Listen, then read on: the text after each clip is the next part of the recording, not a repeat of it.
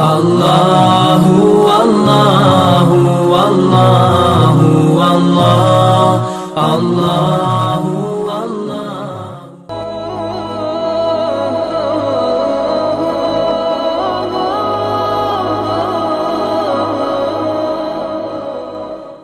വിശുദ്ധ ഖുർആനിലെ ഏറ്റവും പവിത്രമാക്കപ്പെട്ട ആയത്തുകളിൽ ഒന്നാണ് ആയത്തുൽ കുർസി. സൂറത്തുൽ ബഖറയിലെ 255-ാമത്തെ ആ ആയത്ത് ഏറ്റവും പവിത്രമാക്കപ്പെട്ട ഒന്ന് തന്നെയാണ്. പുണ്യ നബി സല്ലല്ലാഹു അലൈഹി വസല്ലമയുടെ ധാരാളം ഹദീസുകളിൽ നിന്ന് ആയത്തുൽ കുർസിയുടെ മഹത്വവും അതോദിയാലുള്ള പ്രതിഫലവും ഒക്കെ നമുക്ക് അറിയാവുന്നതാണ്. ബിസ്മില്ലാഹിർ റഹ്മാനിർ റഹീം. അല്ലാഹു ലാ ഇലാഹ ഇല്ലാ ഹുവൽ ഹയ്യുൽ ഖയ്യൂം لا تأخذه سنة ولا نوم له ما في السماوات وما في الأرض من ذا الذي يشفع عنده إلا بإذنه يعلم ما بين أيديهم وما خلفهم ولا يحيطون بشيء من علمه إلا بما شاء وسع كرسيه السماوات والأرض ولا يؤوده حفظهما وهو العلي العظيم. الله لا إله إلا هو الحي القيوم. അല്ലാഹു ആരാധനയ്ക്ക് അർഹനായി മറ്റാരുമില്ല, എന്നെന്നും ജീവിച്ചിരിക്കുന്നവനാണ്. ലാ തഅഖുദുഹു സിനത്തും വലാ നൗം. എല്ലാം നിയന്ത്രിക്കുന്നവൻ, മയക്കമോ ഉറക്കമോ അല്ലാഹുവിനെ ബാധിക്കുകയില്ല. ലഹു മാ ഫിസ് സമാവാതി വമാ ഫിൽ അർള്. ആകാശഭൂമിയിലുള്ളതെല്ലാം അള്ളാഹുവിനുള്ളതാണ്. അള്ളാഹുവിന്റെ അനുമതിയില്ലാതെ ആ സമക്ഷത്തിൽ ശുപാർശ ചെയ്യുവാൻ ആരാണുള്ളത്? അടിമകളുടെ മുന്നിലുള്ളതും അവർക്ക് അദൃശ്യമായതും അള്ളാഹു അറിയുന്നു. അള്ളാഹുവിന്റെ ജ്ഞാനത്തിൽ നിന്നും അവൻ ഇച്ഛിക്കുന്നതൊഴിച്ചാൽ യാതൊന്നും അവരുടെ ഗ്രഹണശേഷിക്ക് ഉൾക്കൊള്ളുവാൻ കഴിയില്ല. അള്ളാഹുവിന്റെ രാജപീഠം ആകാശഭൂമികളെ മുഴുവൻ വലം ചെയ്തിരിക്കുന്നു. അള്ളാഹുവിന്റെ ആ രാജപീഠം ആകാശഭൂമികളെ മുഴുവൻ വലയം ചെയ്തിരിക്കുന്നു. അവ രണ്ടിന്റെയും സംരക്ഷണം അള്ളാഹുവിനൊട്ടും ഭാരമുള്ളതല്ല. അള്ളാഹു അത്യുന്നതനും മഹത്വമേറിയവനുമാണെന്നാണ് ഈ ആയത്തുൽ കുർസിയിലൂടെ അള്ളാഹു പറയുന്നത്. അപ്പൊ അള്ളാഹുവിന് എല്ലാ കാര്യവും വലിയൊരു കാര്യമല്ല, വലിയ വിഷയമല്ല. അവ രണ്ടിന്റെയും സംരക്ഷണം അള്ളാഹുവിനൊട്ടും ഭാരമുള്ളതല്ല എന്നാണ് വിശുദ്ധ ഖുർആനിലൂടെ അള്ളാഹു നമ്മളെ പഠിപ്പിച്ചു തരുന്നത്. ഈ ആയത്തുൽ കുർസി പതിവാക്കിയാലുള്ള പ്രയോജനങ്ങളും അതിന്റെ നേട്ടങ്ങളുമൊക്കെ പുണ്യ നബി സല്ലല്ലാഹു അലൈഹി വസല്ലമ നമുക്ക് പറഞ്ഞു തന്നിട്ടുണ്ട്. അബൂ ഹുറൈറ റളിയല്ലാഹു അൻഹുവിൽ നിന്ന് റിപ്പോർട്ട് ചെയ്ത ഒരു ഹദീസിൽ കാണാം, അബൂ ഹുറൈറ റളിയല്ലാഹു അൻഹു പറഞ്ഞു, നബി സല്ലല്ലാഹു അലൈഹി വസല്ലം ഒരിക്കൽ ഈ അബൂ ഹുറൈറ റളിയല്ലാഹു അൻഹുവിനെ ഫിത്ർ സക്കാത്ത് സൂക്ഷിക്കുവാൻ ഏൽപ്പിച്ചു. അപ്പോൾ ഒരാൾ വന്നു ആഹാര സാധനങ്ങൾ വാരിയെടുക്കുവാൻ ശ്രമിച്ചു. ഫിത്ർ സക്കാത്തിന്റെ മുതല് വാരിയെടുക്കുവാൻ ശ്രമിച്ചപ്പോൾ ഞാൻ അയാളെ പിടികൂടി. അബൂ ഹുറൈറ റളിയല്ലാഹു അൻഹു പറയുന്നു, ഞാൻ അയാളെ പിടികൂടി. നിന്നെ നബി സല്ലല്ലാഹു അലൈഹി വസല്ലമയുടെ അടുത്ത് ഏൽപ്പിക്കുമെന്ന് ഞാൻ അദ്ദേഹത്തോട് പറഞ്ഞു. അപ്പോൾ ആ മനുഷ്യൻ പറയുകയാണ്, ഞാൻ സാധുവാണ്, കുടുംബ പ്രാരാബ്ധമുള്ളവനാണ്, എനിക്കിതിന് വലിയ ആവശ്യമുണ്ട്. അങ്ങനെ ഞാൻ അയാളെ വിട്ടയച്ചു. നേരം വെളുത്തപ്പോൾ പുണ്യ നബി സല്ലല്ലാഹു അലൈഹി വസല്ലമ ചോദിക്കുകയാണ്, അബൂ ഹുറൈറ റളിയല്ലാഹു അൻഹുവിനോട് ചോദിച്ചു, പുണ്യ നബി, ഇന്നലെ പിടികൂടിയവന്റെ സ്ഥിതി എന്താണ്? ഞാൻ പറഞ്ഞു, അബൂ ഹുറൈറ റളിയല്ലാഹു അൻഹു പറഞ്ഞു, അല്ലാഹുവിന്റെ റസൂലേ, കഷ്ടപ്പാടിനെയും കുടുംബ പ്രാരാബ്ധങ്ങളെയും കുറിച്ച് അവലാതി പറഞ്ഞപ്പോൾ എനിക്ക് സഹതാപം തോന്നി. ഞാൻ അയാളെ വിട്ടയച്ചുവെന്ന് പരിശുദ്ധ നബി സല്ലല്ലാഹു അലൈഹി വസല്ലമയോട് അബൂ ഹുറൈറ റളിയല്ലാഹു അൻഹു പറയുകയാണ്. പുണ്യ നബി സല്ലല്ലാഹു അലൈഹി വസല്ലമ ആ സമയത്ത് പറഞ്ഞു, അവൻ നിന്നോട് കളവാണ് പറഞ്ഞത്, അവൻ ഇനിയും വരും. നബി സല്ലല്ലാഹു അലൈഹി വസല്ലമ പറഞ്ഞത് കൊണ്ട് തന്നെ വീണ്ടും അബൂ ഹുറൈറ റളിയല്ലാഹു അൻഹു ആ മനുഷ്യനെയും കാത്തിരിക്കുകയാണ്. അങ്ങനെ ആ മനുഷ്യൻ വീണ്ടും ഭക്ഷണം മാറിയെടുക്കുവാൻ വരികയാണ്. ഉടനെ അബൂ ഹുറൈറ റളിയല്ലാഹു അൻഹു അവനെ പിടിക്കുകയും പുണ്യ നബി സല്ലല്ലാഹു അലൈഹി വസല്ലമയുടെ അടുത്തേക്ക് കൊണ്ടുപോകുമെന്ന് പറയുകയാണ്. അപ്പോഴും ആ മനുഷ്യൻ പറയുന്നു, എന്നെ വിട്ടയക്കണം, ഞാൻ സാധുവാണ്, കുടുംബ പ്രാരാബ്ധക്കാരനാണ്, ഇനി ഞാൻ മടങ്ങി വരികയില്ല എന്ന് പറയുന്നു. അപ്പോഴും എനിക്ക് അവനോട് സഹതാപം തോന്നി.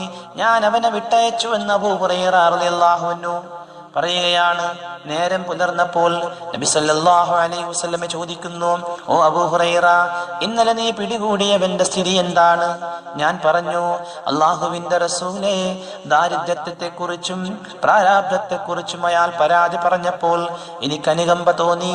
ഞാൻ അയാളെ വിട്ടയച്ചുവെന്ന് പറയുമ്പോൾ പുണ്യ നബി സല്ലല്ലാഹു അലൈഹി വസല്ലം പറഞ്ഞു, അവൻ നിന്നോട് കളവാണ് പറഞ്ഞത്, ഇനിയും അവൻ വരും. മൂന്നാം തവണയും ഞാൻ അവനെ കാത്തിരുന്നുവെന്ന് അബൂ ഹുറൈറ റളിയല്ലാഹു അൻഹു പറയുകയാണ്. അങ്ങനെ ഭക്ഷണം വാരിയെടുക്കുവാൻ വേണ്ടി അവൻ വീണ്ടും വന്നു.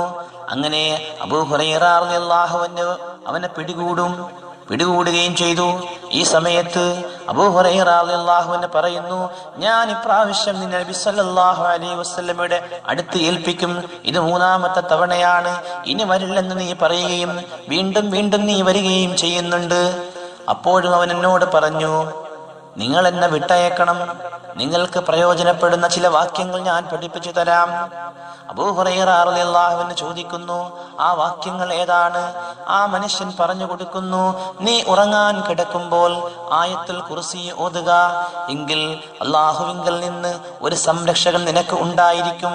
മാത്രമല്ല, നേരം പുലരുന്നത് വരെയും പിശാച് നിന്നെ സമീപിക്കുകയില്ല എന്ന് ആ മനുഷ്യൻ, പിടിക്കപ്പെട്ട മനുഷ്യൻ അബൂ ഹുറൈറ റളിയല്ലാഹു അൻഹുവിനോട് പറയുകയാണ്. അവൻ ഇത്രയും പറഞ്ഞപ്പോൾ അബൂ ഹുറൈറ റളിയല്ലാഹു അൻഹു ആ മനുഷ്യനെ വിട്ടയച്ചു. പിറ്റേന്നും നബി സല്ലല്ലാഹു അലൈഹി വസല്ലം ചോദിക്കുന്നു, ഓ അബൂ ഹുറൈറ, ഇന്നലെ പിടികൂടിയവന്റെ സ്ഥിതി എന്താണ്?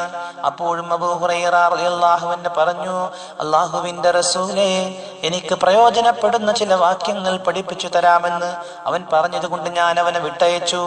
പുണ്യ നബി സല്ലല്ലാഹു അലൈഹി വസല്ലം ചോദിച്ചു, ഓ അബൂ ഹുറൈറ, ഏതാണ് ആ വാക്യങ്ങൾ എന്ന് ചോദിക്കുമ്പോൾ അബൂ ഹുറൈറ റളിയല്ലാഹു അൻഹു പറയുന്നു, അവൻ എന്നോട് പറഞ്ഞു, ഉറങ്ങാൻ കിടക്കുമ്പോൾ ആയത്തുൽ കുർസി ഓതുക, എങ്കിൽ അല്ലാഹുവിങ്കൽ നിന്നുള്ള ഒരു സംരക്ഷകൻ ഉണ്ടായിക്കൊണ്ടിരിക്കും.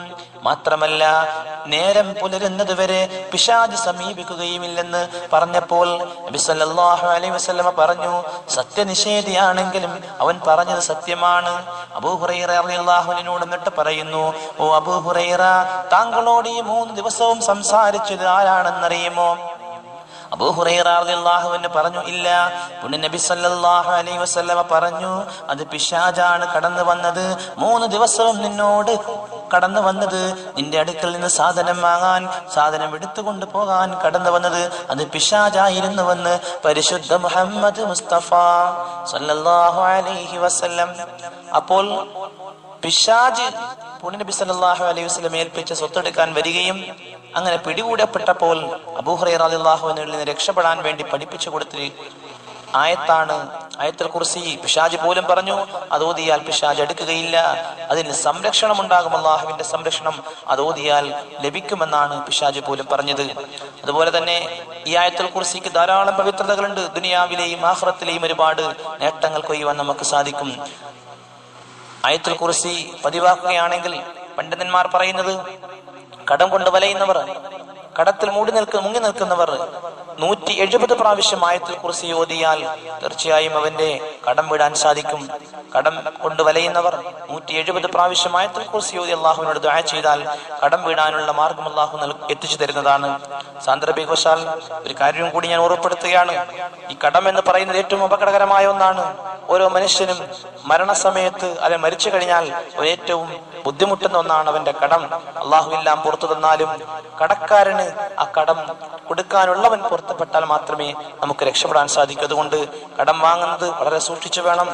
ഇപ്പോഴത്തെ ഒരു സാഹചര്യത്തിൽ അസുഖങ്ങളിലും മറ്റത്യാവശ്യ കാര്യങ്ങൾക്കും ഒരാൾ കടം വാങ്ങിയാൽ അതിന് കുഴപ്പമില്ല. മറിച്ച് ആഡംബരവും ദൂർത്തിനും വേണ്ടി കടം വാങ്ങുന്ന ഒരു സമൂഹത്തെയാണ് കാണുന്നത്.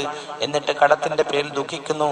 അല്ലാഹു നമ്മുടെ ജീവിതം വളരെ ആർഭാടത്തിൽ നിന്ന് മാറി ലളിതമായ ജീവിതവും അല്ലെങ്കിൽ മിതവ്യവും നടത്തുവാൻ നമുക്ക് സാധിക്കണമല്ലാതെ ആഡംബരത്തിന്റെ പിറകെ പോയി ജനങ്ങൾക്ക് ഇടയിൽ വലിയ പൊങ്ങച്ചം കാണിക്കുവാൻ വേണ്ടി പലതും കാണിച്ചിട്ട് അതൊക്കെ കടത്തിന്റെ പേര് പറയുക എന്നുള്ളത് അത്ര ശരിയല്ല. പ്രത്യേകിച്ച് ബിസിനസ്സുകാർ വളരെ സൂക്ഷിക്കേണ്ട ഒരു കാര്യമാണ്. നമ്മുടെ സാധനത്തിൽ പർച്ചേസ് ചെയ്യുമ്പോഴും അല്ലെങ്കിൽ മറ്റു കാര്യങ്ങൾക്കൊക്കെ കടം വരാതെ നോക്കണം. കാരണം മരണം എപ്പോഴാണ് എന്ന് നമുക്ക് അറിയില്ല. പ്രത്യേകിച്ച് നമ്മൾ പൊതുവെ കേൾക്കാറുണ്ട്, അള്ളാഹുവിനെ ഭയപ്പെടുന്ന ഈ മുസ്ലിം ഉമ്മത്തിൽ നിന്നാണ് ഏറ്റവും കൂടുതൽ കടം വാങ്ങിയാൽ കൊടുക്കാത്ത ഒരു സാഹചര്യം ഉണ്ടാക്കുന്നത് എന്ന ഒരു പഴി പോലും നമുക്ക് നാട്ടിൻ പുറത്ത് കേൾക്കാൻ സാധിക്കുന്നു. അതുകൊണ്ട് അള്ളാഹുവിനെ സൂക്ഷിക്കുക, ഈ കടത്തെ സൂക്ഷിക്കുക. പിന്നെ സ്വാഭാവികമായും യാദൃച്ഛികമായും ഉണ്ടായ ഏറ്റവും അത്യാവശ്യത്തിന് വേണ്ടി നമ്മൾ വാങ്ങിയ കടം അത് വീടുവാൻ അള്ളാഹുവിന്റെ ഈ മഹത്തായ ആയത്ത് പതിവാക്കിയാൽ അതിനുശേഷം ദുആ ചെയ്താൽ തീർച്ചയായും അള്ളാഹു അത് സ്വീകരിക്കും. നമ്മുടെ കടം വിടാൻ അള്ളാഹു തൗഫീഖ് ചെയ്യുക തന്നെ ചെയ്യും. അതുകൊണ്ട് കടം വളരെ ഭയത്തോടു കൂടിയാണ് നമ്മളൊക്കെ കാണേണ്ടത്.